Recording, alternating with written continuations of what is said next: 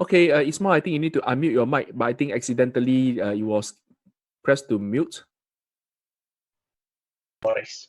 Yes, we got you now again. Yep, Okay, you're online. thank you so much. Thank you so much. Thank you for waiting. And I think this is another session. And I promise you, it will be short and sharp. But you know, my shortness will still be 1 hour.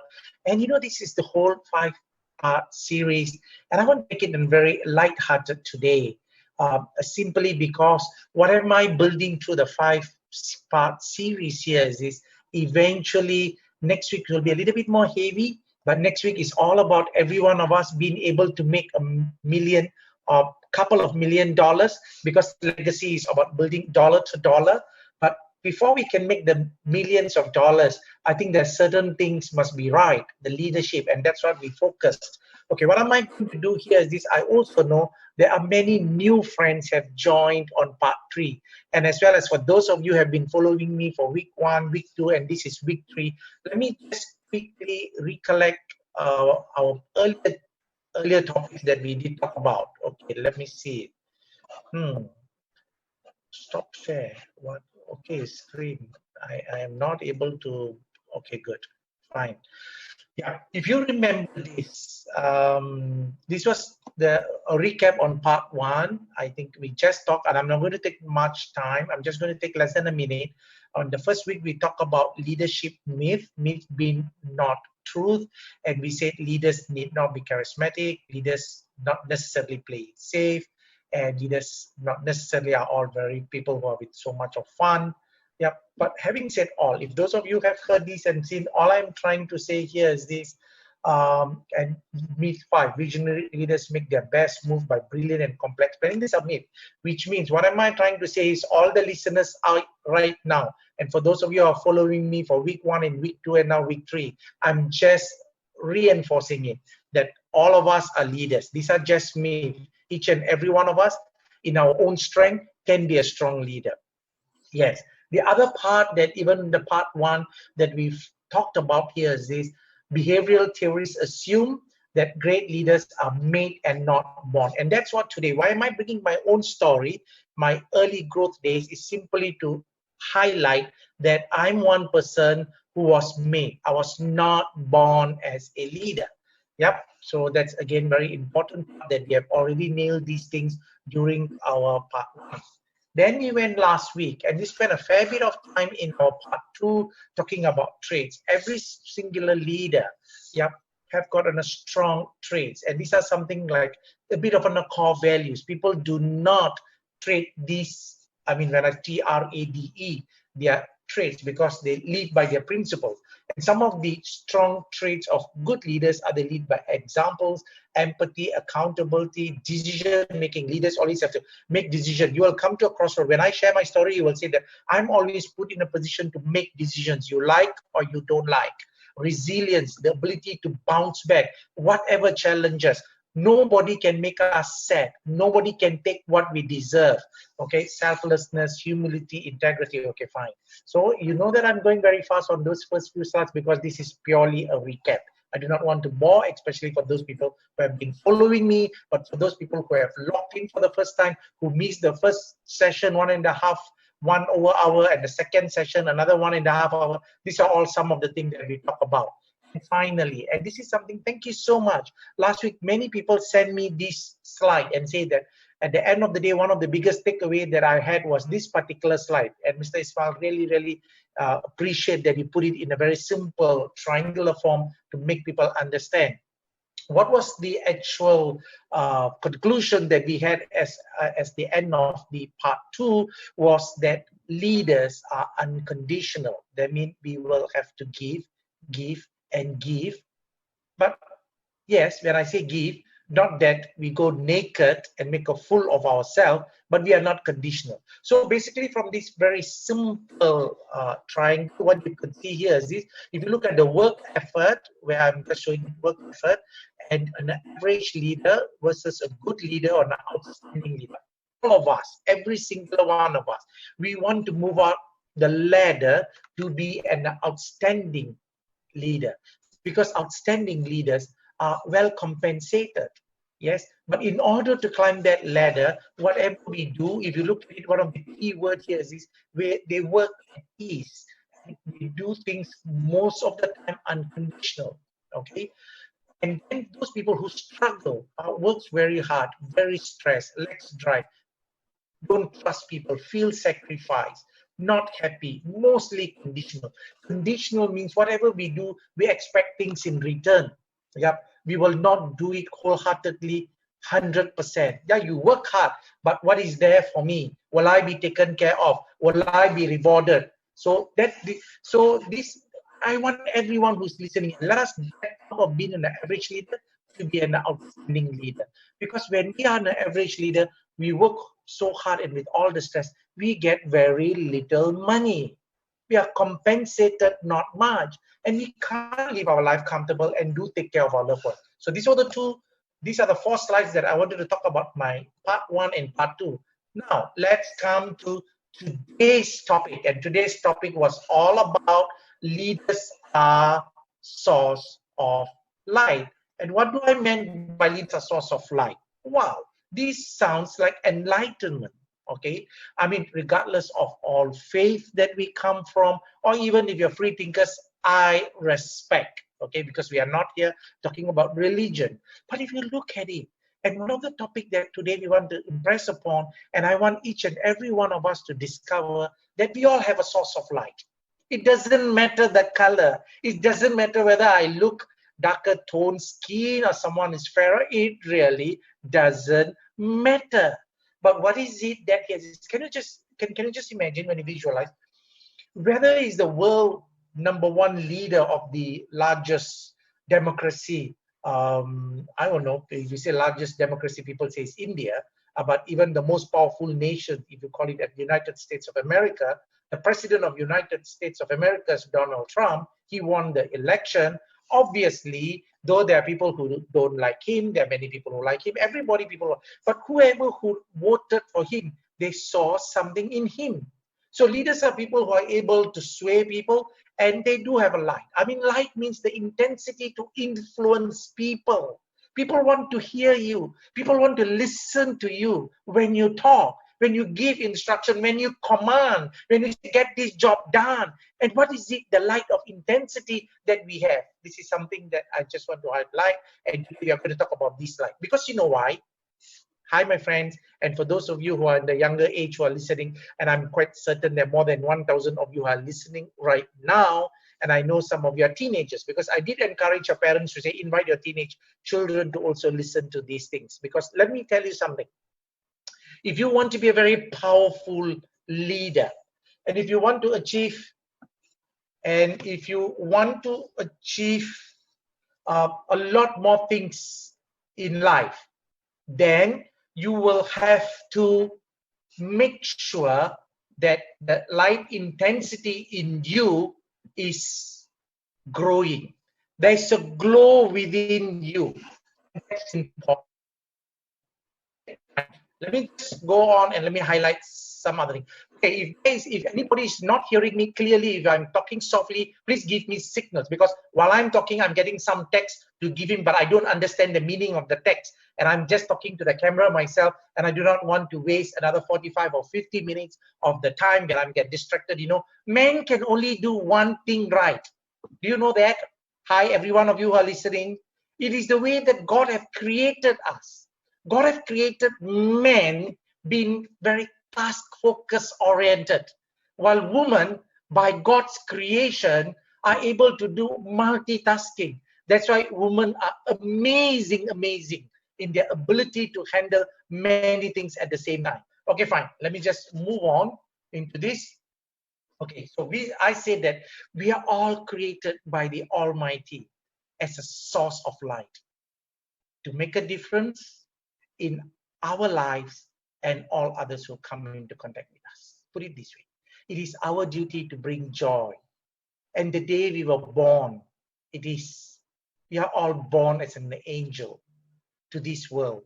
And what we need to do here is this: we need to bring joy, and we need to expand our light, and make a difference. Okay, so maybe sound a little bit more abstract, but I just want you to see how can we eventually a day we all attain greater enlightenment, but that is of the highest level. We are not talking about spiritual, we are talking about we being ourselves, being individual, but being able to be good leaders and make a difference. Fine. So this is what I meant. Everyone has our own source of light. Then I'm asking you a very simple question. What is the intensity of the light you are radiating? So when I say that, I'm quite sure in your office work, at home, or in your family, or for that matter, in your circle of friends, when you talk, my younger girl used to say, in school they are popular girls. Is it because they're radiating something, either positive or negative? Don't compare them. What about yourself? What do you radiate? Why people like to talk to you? What is it that is that plus light that you carry? Okay, so, and I think today we want to share a little bit about how you can make your light much brighter. Would you like to? Would you want to be a strong leader? When you talk, people want to listen. When you ask people to do something, they will want to give their 100% unconditionally. And if you, for those of you who know today, PropNex being one of the largest, in fact, it's not one of that, it is Singapore's largest real estate company with more than 8,500 people and regionally as well. Why all the leaders are working so hard? Because there's a culture in the company where many of the leaders, it is not one man's effort, it is not Ismail's effort, that all of us try to improve the light within us of trying to be better leaders. Okay, so how? How do we increase the light? So this is what I'm asking. How can we increase our light, and where does the energy come from? Because again, this one saying whatever you're talking doesn't seem to make so much of sense. What are you talking about light? We are who we are. But the point I am trying to say here is this. Believe me, within the next 4 or 5 slides, we will move on from out of these already. And I'm going to narrate a lot more stories. Okay, fine. So coming back again, as a source of light, it gives us the right energy. And where it comes here is this, from our heart. And that's the truth of the matter. It comes from the heart, not from just the superficial part of the heart, deep within our inner self, our soul, our internal mind. Because as long as the heart is pure, it nourishes the mind and the soul. And that's how the light radiate behind us, front and so on. And that's where we attract people. And that's where we get the job done. So it all goes very close to the heart. And this is something that I want to explore, with each of you to explore. And I'm going to give you 1 or 2 examples how these things we can create this to intensify our light. Okay, let me just show it to you. First questions that I'm going to ask here is this. Do you love yourself? And I'm quite sure most of you may say yes. But my next question here is, how much do you love yourself? Because you know why? If you don't love yourself, how do you bring yourself to love others? There's no such thing as total sacrifice. Anyone who feels that they are sacrificing themselves at the expense of others will never see the light of happiness, because you're sacrificing yourself. Unless you can tweak it and say that whatever you do is so unconditional, you're loving every moment because you're loving yourself, then you can make a difference in the life of others. So the key message here is this: love ourselves. Nobody owes us happiness, only ourselves. But has that got to do with something about the light? But of course, only when you love yourself, you can love many other people and people around you, and you can brighten your light, because deep in you, in your heart, you are in a happy soul, a pure soul. What are we talking about? Mother Teresa, even though her face could be as wrinkled, but you see what she radiates is a light that is so powerful. Yeah. And where does Mother Teresa's light? You know, she's a very powerful woman, right? Most of them will know when we mention Mother Teresa. But was she a president of a country? Was she a general of an army? No. But why? It was a pureness of the soul. wanting to make a difference in the life of the people. But even though when I talked about, I put the photo of Mother Teresa, but let's just pause a moment to see, what about our own parents? What about our grandparents? Leaders, our leaders, and whoever you work with, your spouse, your siblings, your loved ones. Why am I talking about that? Because sometimes at a moment, we tend to forget a lot of things. We tend to be very much looking at things at the surface, and we are very judgmental and also quite emotional, and that's we being human, and we tend to forget things. So all am I trying to say here is this: look at the goodness of the people. Let us believe that through love, there are many things that we can achieve. Okay, fine. Where am I heading now? Let me go soon. Because when I talk about so much of the light, this is the other part of it. A leader, if you want to be a strong leader, a leader who harbors dark spots and negative energy in his inner self will react outwardly, and outwardly without realizing, and that's important. A leader who harbors dark spots and negative energy in his inner self will react outwardly without realizing.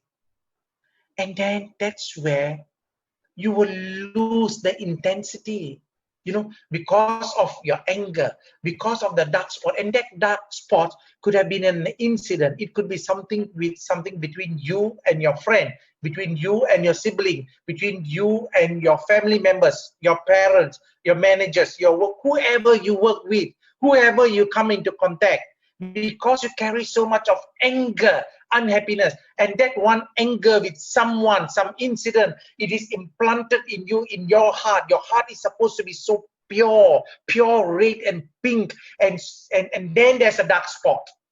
Imagine, like you take in a glass of milk, pure white. You put one drop of ink, one drop. It will still be white, but it is not pure white. Put another dark spot because you got anger with a second person, and then you stir the milk, slightly grayish, and then you put 5 drops of this because you're angry with this person, you're angry with that person, you carry so much of dark spots, you think the world is against you, you feel you're a victim, and then you stir the milk. Is it any more white color? It will be like the picture. Everything you will feel dark, because once you feel dark in inner you, how are you when you talk to people? You become so judgmental. The anger takes you on, and your emotions will cripple you. And how can you be a strong leader? Leaders are people, when we look at all the traits, you're supposed to be not only humble, you're resilient, you're supposed to set direction, you're supposed to be unconditional. But how are you going to do all these things, whatever we talk about in week number 1 and week number 2, when there are a lot of dark spots? So one of the biggest challenge, and I just want to challenge each and every one of you in the next 2 weeks. Today is a Saturday, coming to the end of week number 6 of the circuit breaker. We've got 2 more. Try this. Believe me, this is so amazing. And I've tried that and I've done that, and it's worked wonders to me, wonders. So what am I trying to say? If you're not talking to someone, a friend that will have hurt you, but of course he's trying to kill you, and then you may take some time, but especially if they're family members, clear the dark spots, and you will get a huge difference. Okay? Right.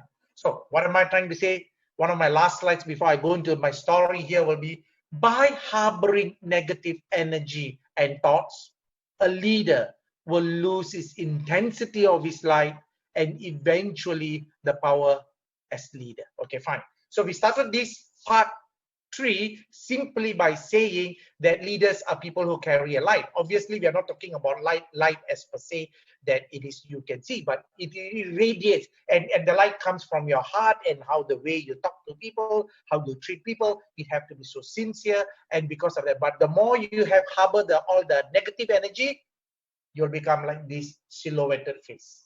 Whatever you talk, people are not going to hear you. you want to move things, you want to climb up the triangle, you want to be unconditional, you want to be successful, you want to be millionaire, you want to be happy. It does not happen. Okay, so one of the key takeaway today is all about reflecting how we can increase the intensity of our life. Fine, good. This is a very big part of one of the points that I wanted to share. Now I'm going to come and tell stories.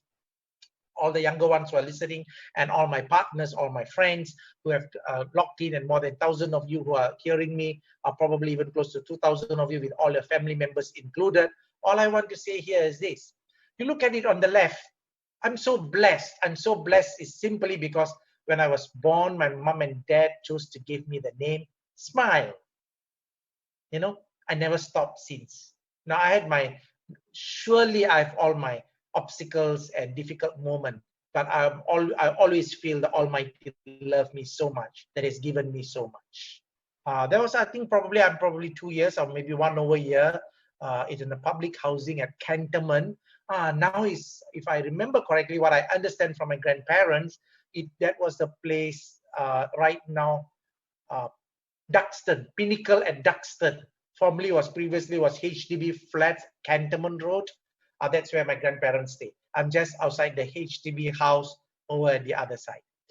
Then on the right hand side. Okay, so this is, I think, during one of the timeless gift, I showed this same photograph. You can see my mom and my dad. 4 of my siblings are here. One of my siblings is not here. He was in India then, and my younger sister was not born. So where did we grow up with? We grew up in a HDB Lengkok Baru, a 1-room, 1-hall house.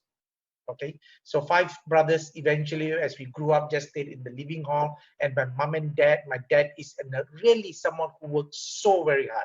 Why am I trying to tell you this? My objective of telling my story to all the listeners is only one thing.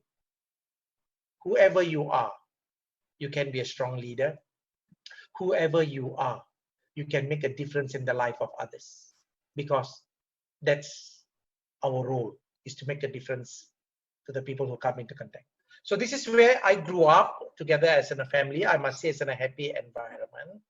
And my role model, actually, if you see right behind us in the background that says Newspaper Distributors Association. I think so happened I only managed to get this one photo. There are 3 of us standing there. Extreme right is my dad, young man at that time. Now my dad is 95 years. Yep. In between, the person who's in the center is Nizam. Nizam is, at the time, was very young. I suppose probably he's 12 or 13. And I was definitely haven't gone to the army. So I assume I must have been 16 or 17. My dad was a news vendor. I mean, you know all my stories that we used to wake up as early as 4 a.m. every day. But who was my role model? My role model was none other than my dad. Because my dad worked so hard. For those of you who have read some of my books or some of my stories, my dad came to Singapore at the age of 19, 20 from India because they were so poor. And he came all by himself alone and started to work for people to build his life. And that's how difficult was that. So if you say, yes, we are the second generation of a migrant from southern part of India, trying to make our life better. And that my father, through his entrepreneurship, started a news vendor business. That means we basically deliver newspapers as what some of you are receiving it at your doorstep. When we were young, as early as 7 years until age 18, every day we wake up, including Nizam, myself, Burhan, Ali, Omar, and we all, the 5 brothers, we go deliver newspapers. So why am I trying to say here is this? I really looked upon my dad as a pillar of strength. Yep, because I admired him for his discipline and hard work. But why am I sharing this? Something happened thereafter. Yes.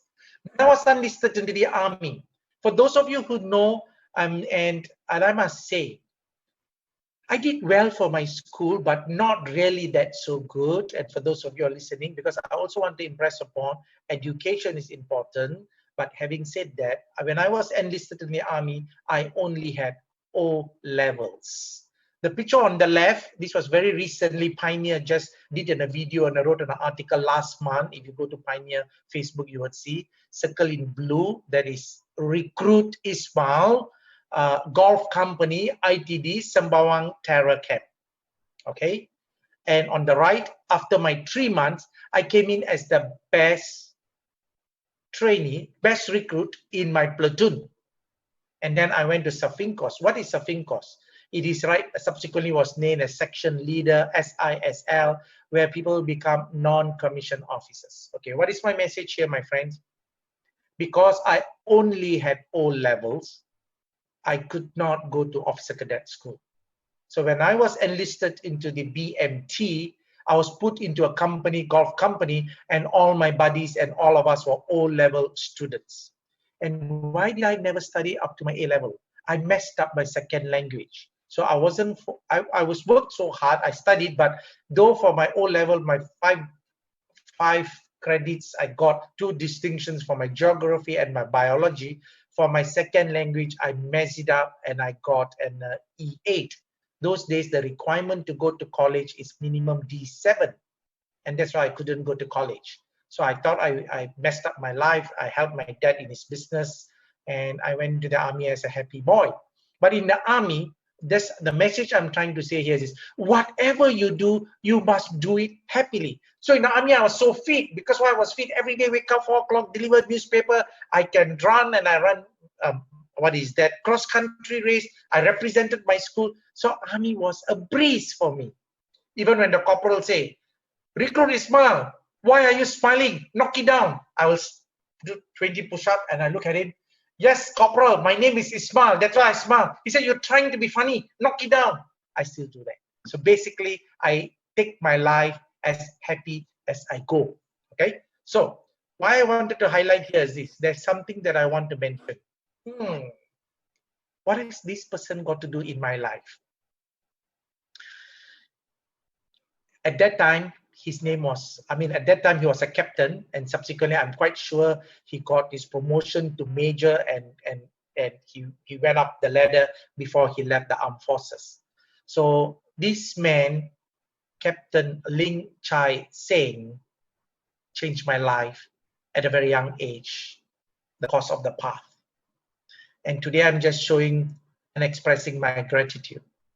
And I've never shared this publicly to anyone other than to some close circle of the military people when I stepped down. But I want to say this. Why am I trying to say about showing gratitude to this one person, 1982, and today we are talking about 38 years later. But I've shown my gratitude sometime back to him. Okay. When I went to section leader school, Safinkos, I did well, but I was not selected to go to officer cadet school for whatever the reason.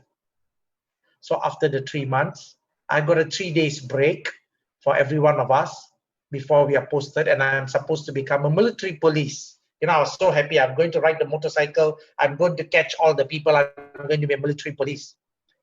And I was at my dad's place at Lengkok Bahru. To my surprise, those days we don't have handphone, my friends. I'm talking about 1982. On that 3 days break after my military, after my section leader course, Captain Ling Chai Seng came to my home and knocked the door, and my mom opened the door, and my mom said, "No, Ismail is helping the father in the shop at Block 56 Lengkok Bahru." He came all the way to Block 56 Lengkok Bahru, and I was surprised that my OC was looking for me all the way and tracked me down to where I'm helping in my dad's shop. And he said, "Ismail, I got good news. You are going to OCS, Officer Cadet School." I said, "I don't want to go because my mind switched off. My mind says that, fine, I want to be a military police and I want to be like a traffic police MP, and then I can go and catch people. And that's what I want." I didn't have so much ambition. I just want to be happy. And I never said that I was working towards wanting to be the top cadet, to be the officer cadet school or so. Fine. And he came to my dad's shop and he brought me inside the room and he sat down and talked to me for half an hour. "Ismail, you deserve to be in officer cadet school." He saw something in me and he appealed and he fought, and he got a place for me in Officer Cadet School. And that's how it altered my life. And I went to OCS for the senior term. Then you can look at it. The picture on the left-hand side is a picture as a cadet. That was when I was in 1982, yes. By the time in July, that is my bunk. You know, those days, the army uniform, yeah, that's obviously a fitter, slimmer Ismail. And the picture on the right is, I think, a couple of years down the road after I've been commissioned and a full lieutenant or captain in a military uniform. Yeah, yeah. So what am I trying to say here is these two messages that I'm trying to say. The first message I'm trying to say here is this. You see, every one of us, whoever who's listening, can he make a difference in the life of someone else? Just because you believe in that person. And that Captain Ling Chai Sing believed something in me. Because I remember there were a couple of incidents in the school, in the Alpha company. There was some sports day, there was a certain event. I knocked the door to the OC and I talked to him. Sir, I think this is my suggestion. Because I'm a person, I don't fear. I just express what is right. But whatever I've impressed upon him, he felt that I deserve a place. Okay, if you ask me, Mr. Ismail, if you're damn good, you should have gone. Well, why must there people appeal? Okay, for those of you who are listening, I mean, the army was very different. I totally believe in meritocracy and so on. But during my time in 1982, in a company of Bravo company of, let's say, 130 cadets, I'm the one and the only Muslim cadet, and I can respect all those things. But right now, if you go to OCS, I think more than 10-15% are all, it goes with our population. A lot of Muslim boys are there. I'm talking about time has changed. So it is not so easy. Okay, but having said that, this one man believed, and he gave me a chance, and that's how I ended up in OCS. And when I went to OCS, actually, I felt like I'm totally out of place. Out of place is simply because all of them were A-level students. Some of them were scholars. And today I'm so blessed. My platoon mates are people like the CEO of SQ. Yep. And many directors. They're all in my same platoon. We go through a batch. And that was the exposure I had. And I get linked and I got friends and I do. But I felt so out of place because these people talk about so much about their college life, RI boy, ACS boys and so on. I come from just a simple neighborhood school. But you see, it is all about our mind, whoever you are. And at one stage at the Officer Cadet School, you know what I was thinking? I want to go on King. King means I try to go and report sick. And I say, hey, I got problem, I'm medical, I don't want, because I didn't feel belong. I felt out of place. But then suddenly I realized within 2 weeks in Officer Cadet School, a lot of the other cadets, they talk, and I realized many of them are good at talking. And I thought naturally I was good at my hands. My father's shop, I worked, I helped, I cut coconut, I throw newspapers, I do things. And I thought I had a natural flair. So what am I trying to say to each and every listener? Believe in yourself. Only when the day you believe in yourself, everything fall in place. As long as you don't believe, as long as you want to sulk and say, this is where not I belong, I want to get out of it. If you have a mind of running away and not owning it, you will never grow up the ladder. And when I made up my mind to say that, yes, I am good enough, I am capable enough, doesn't matter, because in the whole platoon, I'm probably one or two of them who are not from the cohort of A-level students. And you know, even the A-level students, only the cream of the crop will go to OCS, not everybody. But I had that opportunity. Good, I want to move on. Why do I want to show this picture? Simply because this is my mom. Yeah, she looks so young. Yeah, and these are the 5 brothers. Extreme right is my eldest brother, and then on my right of my mom is Ali. I am the one circled blue. On the left of me, whichever way that you look at it, is Nizam and Burhan. Burhan is currently the ambassador to United Nations, and he's stationed at New York. Such a loving family, such a close contact, and I had a role model who was my dad. The whole world come crushing down when something happened. I'm going to show you the next slide. When I found my love. my wife, Noraini. Both of us were in the armed forces. We were officer cadets at the same time, though we were one batch different. We used to meet in the cookhouse. Then you're saying, Mr. Ismail, what the hell are you talking about building leadership and legacies? Because I want to make it so real to you that every individual, each of us, can bring the intensity of the light and we can be whatever we want to achieve. Something happened because my dad didn't approve of our relationship. Because I'm an Indian Muslim, my wife is a Malay, even though both of us are Muslim. Because, you know, my role model is my dad. We have such a close family. My dad gave me an ultimatum. Either you cut off the relationship with her or I disown you. I told my dad, Dad, you're not being fair to me. I said that I'm just not so sure I even will marry her, but she's a friend. But he said, no, I'm very clear. So I have got no alternative. That day, when I was barely 20 years old, and he took the phone and called my mom. This incident happened at Block 56, Lingkok. But I'm telling you a story, there's a reason. Because later I'm going to show you something. Okay, please hang on. And I walked. And he called my mom and said, the rascal made his decision. I disown him. Out he go. I walked from Block 56, Lingkok Baru to my mom's house, which is probably to our house, which is about 200 meters away. It looks like the longest journey. And then I left home. I picked up everything. When I picked up everything from the home, my mom cried, I cried, my sister cried, some of my brothers cried. I said, what are you doing this? I said, hey, Dad did not give me a fair chance. He don't approve. So what am I trying to say? We have to make decision. I'm not saying right or wrong. I'm not even sure at the time I'm going to marry her. It's just my relationship. But why did my dad did that? Because I didn't even understand him.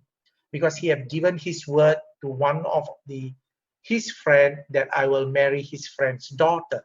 It is a pride of his ego that he has given a word that I will marry one of his friend's daughter, and the friend is so close to him, and that friend, probably when I was young, I guess he might have seen some light in me that he thinks that I'm best suited for his daughter. I do not know. It could be something just they are so close friends. They wanted to have this friendship grew to another level. But I said, it is my life, Dad. Give me a chance.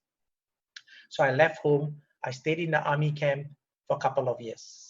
But every moment, I will just cry. I'll break down, thinking of my role model, my dad. There were occasions that I will drive all the way to Lingkok Baru, the opposite block, and stand 2-story away, opposite block, and look at my dad come in a motorcycle to the shop because we have a provision shop. And tears will just roll down. But then I just moved on. And you know what's the best part? That's why women are so powerful. When I pick up all my things from the home, and my girlfriend then and my wife now, Noraini, she can drive, but I couldn't drive at the time. I haven't got my driving license. I put all my bags, my things and so on. We went to East Coast Beach and we talk and talk and talk. And you know what my wife said? I don't want to rip you away from your family. I suggest you better go back home. But God gave me something. Even at that young age, I knew something. Women, when they say they don't mean it, they just don't want to be responsible. They want men to make the decision. Can you see? My father forced me to make a decision. Home or out you go. Relationship or not. My wife on that very day at the East Coast Beach says, no, you better go back home. I don't want to be responsible to rip you apart from your family. Again, forcing me to make decision. Do I want to continue this relationship? Do I walk out of the home? What do I want to do? I'm blessed because all these people have given me a lot of opportunity to make decision. What do I want? Who do I want to be? Therefore, please, for all those young people, I'm not asking you not to listen to your parents, please. That's not the right thing, okay? But I regret, because why do I say that I ended up crying many of the nights? Because I felt on subsequent time, I know how much my mom felt ripped off, how much my dad felt that I'm not part of a family that was so close. Okay, so I don't have time to tell all the stories, because there's a reason why I wanted to share. This is simply because this is how we came about. Now the question here is this. Yeah, see my dad, this was just in 2018, you know, and my dad was 93 years old. Yep, there are about 3 photos. You can see there's some. This is my dad. This is my proudest moment because I've made my dad so proud when we brought the company to main board listing. My daughter is there, Nurisha. She flew from London. Ali was here. Nizam, my brother. Both of my PropNex, and then we just the gong ceremony. So what am I trying to say here is this: how much your loved one disowned you, and you ripped their heart off. And did I carry some dark spots those moments? By the way, it didn't take me so long to get back to my dad. I think it only took us about less than 4 or 5 years. And for some of you know, when we even got married, nobody come and witness. My mom and dad didn't come, because though I went to send my wedding card to my mom and dad, my dad still cannot accept. But you see, these are generation gap. So should I carry the dark spot and not let it go, be angry and unhappy about it? Believe me, my friends, if I carry all the anger from my childhood days for whatever that I've gone through, I will not be a good leader. Believe me. It took me a couple of years when things all settled. Fine. So I want to just share with you just 2 minutes before I want to play a video. Okay, one of the most important thing here is this, as part of leadership here is this. Why am I trying to show this here? Is the first 20 years. This is the life priorities quadrant. It's up to 80 years we live. First 20 years, we are all talking about education and values. Even though I didn't have a huge degree or what, but I had a fair education, but I had the right values. I believe in myself. And second quadrant is all about investing, which is what the next week topic, how you want to make $1 million. Next week, I'm going to talk about the second quadrant, 20 to 40. And then the third quadrant is all about wealth creation, sharing the joy with your loved ones, and to be a happy person. So because of these things, I'm going to, before I play, I want to show these things. You know, what I want to share here is this. You see, this video is an appreciation. In a short while, let me finish this before I show this video. Please don't leave this. It's only less than 5 minutes. This is a video that we did. I think, I can't remember, I think it's in 2016, if I remember correctly, about 4 years ago. I just wanted to surprise my mom and dad. Okay.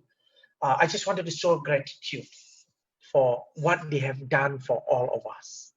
So all my siblings, it was not done by me alone. The idea came a little bit and I initiated it, but I roped in all my brothers. All my siblings were involved. And they played a huge role because I was so busy running the company. Nizam, Ali, Burhan, Omar, whoever it is, did their little part. And some of them took a huge role. We planned to surprise my mom and dad.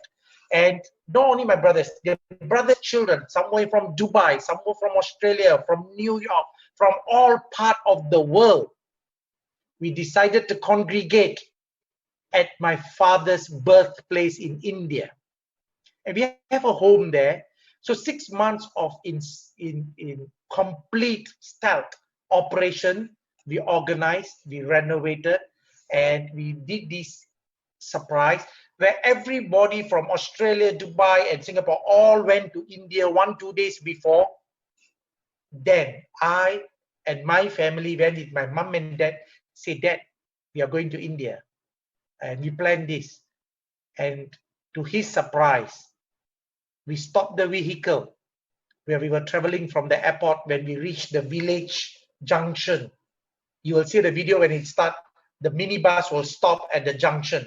And that is the time my dad come out and say, what's happening? He said, no, the village leaders want to see you because they want to show some respect. And they brought us to the mosque. And that mosque was also built by my dad as a chairman. He contributed, he get all the support for the village. And in that mosque, there will be a lot of village people will come and give him the respect. And to his surprise, when he come out of the mosque, something happens from then onwards. So what I want to show you here is this. It's all about, if you want to be very successful people, we must be happy people. And the happiness and the joy come from showing huge amount of love to our loved ones. Parents matters. Eddie, can you play the video and try to make sure that the volume is loud if possible now? Yep. Okay, so while Eddie is trying to play the video, yep, just enjoy the video and hopefully you can hear the volume.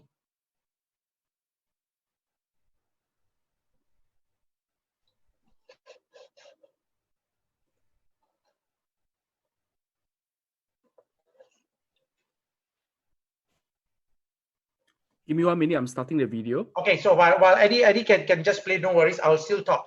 Why this is important here is this. At the end of the day, I must tell you, I also had one or two a little unhappiness, but today I don't have one dark spot. I promise I don't have one smallest, not even 1 gram or one small dark spot in my heart against any of my siblings or by that matter my relatives or my partners or my staff, whoever it is. And that is really, really very important.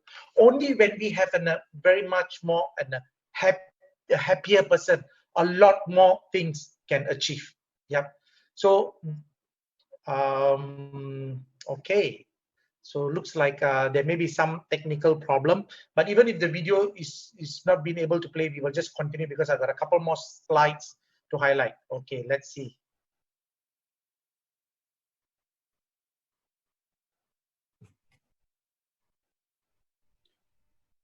Luckily, we have a backup.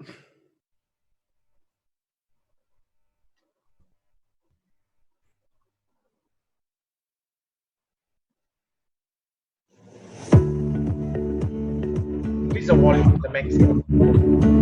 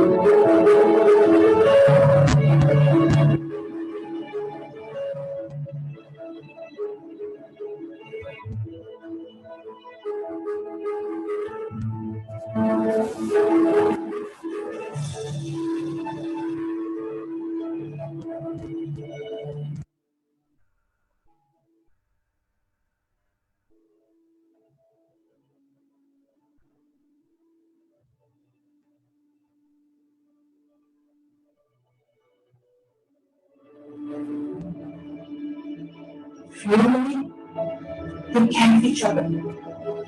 Family will protect each other. Family, we must care for each other.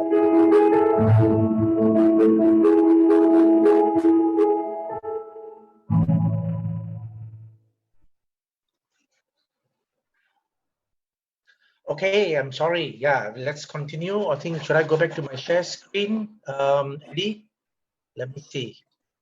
Okay, let me go back to my slides. Yeah, so if you look at the particular video that I wanted to highlight was,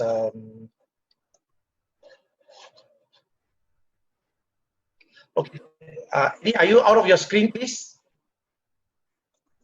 I'm not able to share my, okay, good. Let me come back quickly. Yeah. So what I was just trying to highlight in the video, I think, I mean, when I saw the video, I'm sorry, maybe the screening, the lagging time, it may not be. I just wanted to say something. Gratitude is so important. And only when, and that celebration that we did, we stayed there for about 3-4 days. We got the whole village involved, and we launched a book, which is our legacy book, which later I'm going to give you a bonus sharing for you, where some of you can do that. All I want to say here is it doesn't matter what happened in your life, the challenges that you go through and all other things. It is about showing gratitude. Nothing is stronger than having a very strong bonding among our loved ones and the family and showing gratitude. Okay, so now I'm going to just finish up very fast. I think we're almost coming to the end already. I know it's already 1 hour from the time it's 4 o'clock. All expectations will lead to disappointment. And this is one of the biggest danger that we have. Either at your workplace, at family, at home, between relationship, between spouse. As long as you have expectations, it will lead to disappointment.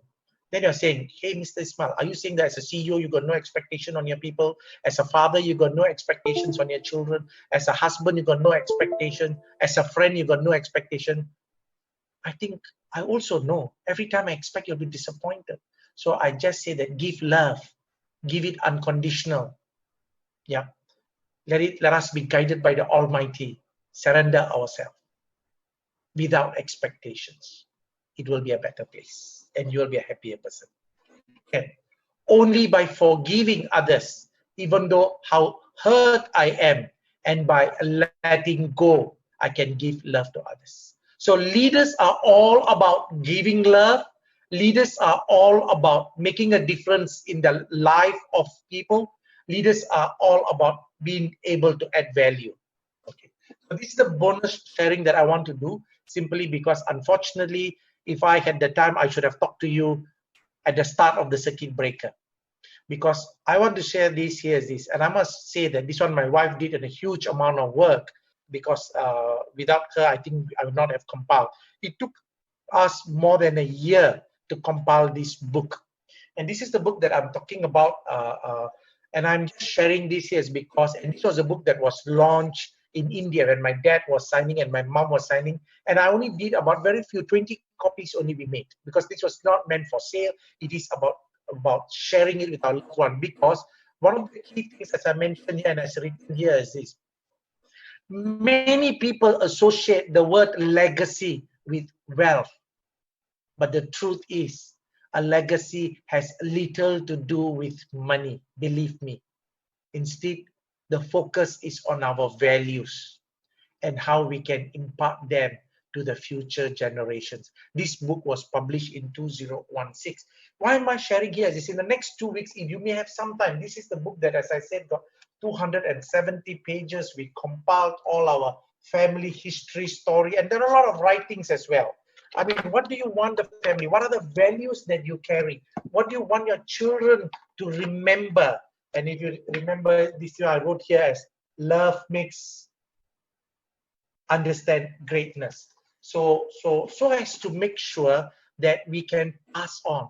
Don't always focus on about making money, and you don't even have time to spend time and to communicate with our loved one. I think the last 6 weeks was significant, but it brought the family bonding so much closer. We still got 2 more weeks. Let's make something better.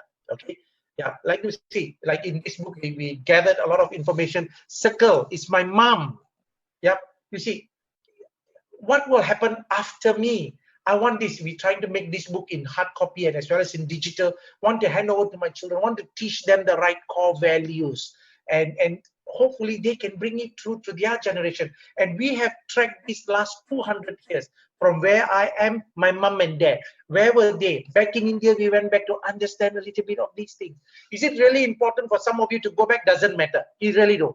At least what you can within your means. Even if you can't track backward, at least moving forward. Is there something that we can leave behind for our children and our grandchildren, so as we retire? So as I coming to the end, all I want to say, that was just a simple thing that you all can recollect and sit down and make it as an exercise, get the children involved, or yourself start doing it when you have the time. Next thing, as I conclude, remember you are a source of light and a leader. Nobody can take it away from you. Nobody. Okay, so let's do our very best, be a better leader in every way. For those of you who want the Timeless Gift book, some of you would have scanned, it is available online. As long as you scan and you like the PropNex Singapore, the Facebook, you liked it and you follow us, and you can always download today's slides, or for that matter, even the Timeless Gift. I think today's slides may not be updated in a matter of time. So with that, I want you to have an amazing week ahead.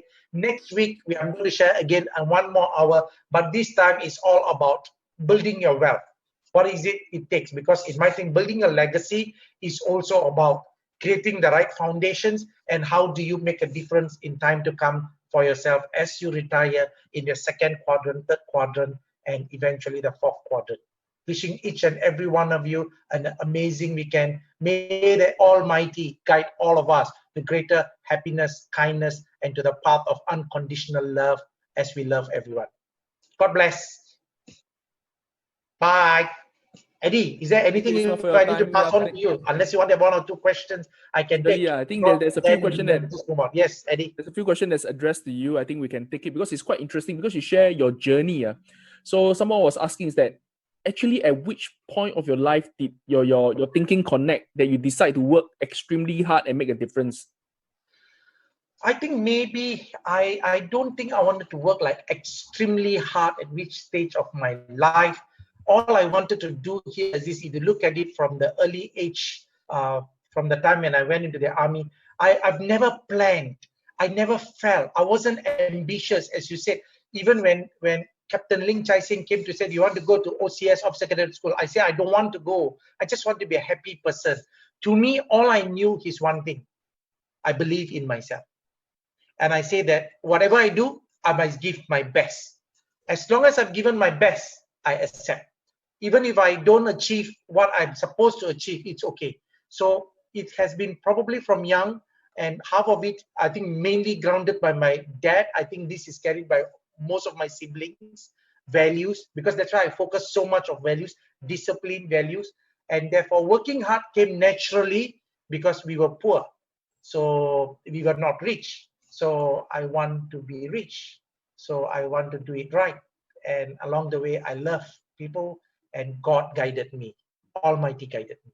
So I'm sorry, I may not have given you the right answers or whatever you expected, but I was just a happy person, very determined what I want to do, and very clear in my mind, nobody can take it away what I want to do. Yes, Eddie, back to you. Thank you, Ismail. So Can you share with us some similarities and differences between leadership and entrepreneurship? Are good entrepreneurs good leaders, or maybe are good leaders entrepreneurs as well? Okay, I think definitely, because I not necessarily only entrepreneurs. Generally, when we take entrepreneurs, are people who take a fair amount of greater risk as compared to non-entrepreneurs. So entrepreneurial is risk. Elements of risk are there. Yep. And entrepreneurs always have to make decisions. You can't start even as simple as you can do a very small business. Anything have to make business, whether you want to bring in client, you want to give promotion, you want to give discount, you want to employ people. What you want to do is about decision making. Leaders, again, have to make decisions, whether for the goodness of the people or the goodness of the company or the goodness of the country, have to make decisions. So both of them are exposed to uncertainty. A business, you are pandemic, economic downturn, and leaders also have to react to uncertainty. So this is the greatest similarity I see between entrepreneurship, running a business, and being leaders in your own life.